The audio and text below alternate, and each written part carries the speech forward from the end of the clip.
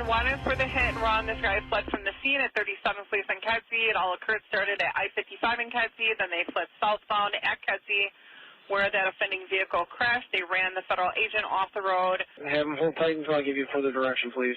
If you guys can start heading there as quick as you can, and then just hold tight for instructions with 999.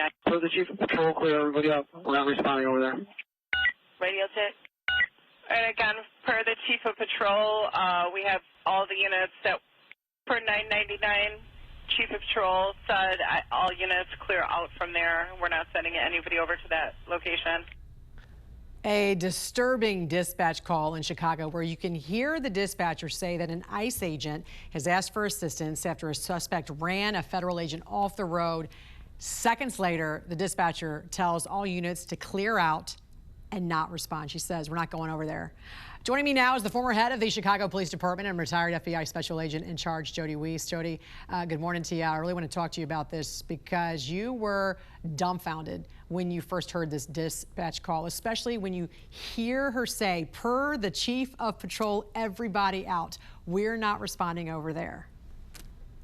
Yeah, I was shocked, Jan. I mean, think about it.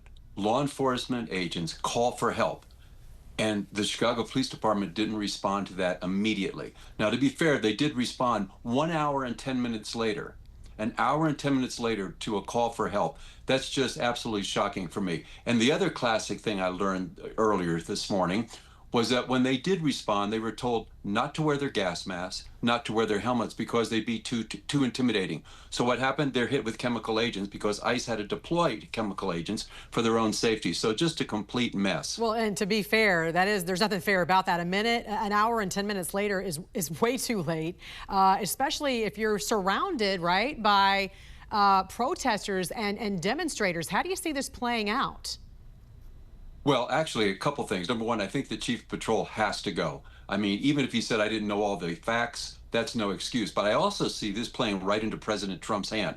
You have ICE agents who are unable to enforce federal law. That lines almost verbatim with Title 10, which gives the president the authority to federalize National Guard if federal agents cannot enforce the law. So just a complete mess. Not only that, you have the Department of Homeland Security right now slamming Chicago Mayor Brandon Johnson, who signed an executive order, Jody, to create ICE-free zones.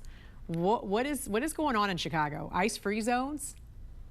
Yeah, I mean, this guy's he's just a buffoon. I mean, I guess he's never heard of the Federal Supremacy Clause, but, you know, it's a joke. And Chicago, sadly, has turned into almost just a joke of a city. It's just a hot mess right now. And I certainly would love to have Mayor Daley back in there who knew how to run a city.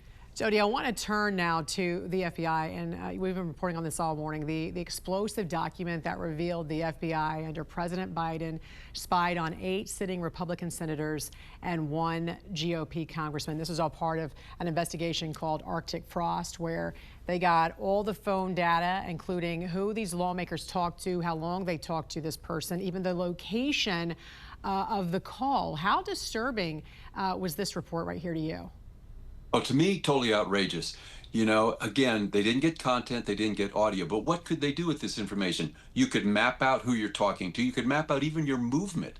So what does this do? It's just symbolic of the lawfare and the weaponization of the federal law enforcement agencies under the Biden administration. And it just undermines public trust. And Jan, when will this end? When will we stop learning about this corruption that just seems to come out every day as we move forward under the Trump administration?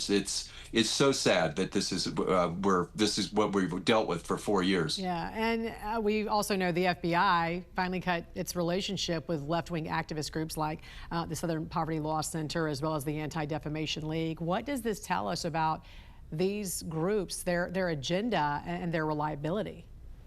Yeah, that was so sad because 30 years ago, those two groups were awesome. You could get amazing intelligence on hate groups, on extremist groups, because they could maintain data that law enforcement couldn't.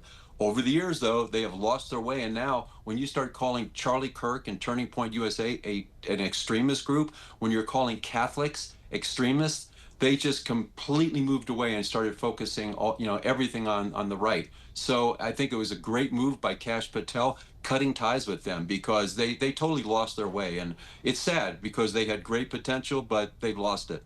All right, former head of the Chicago Police Department and retired FBI special agent in charge, Jody Weis, thank you for joining us this morning. We appreciate it.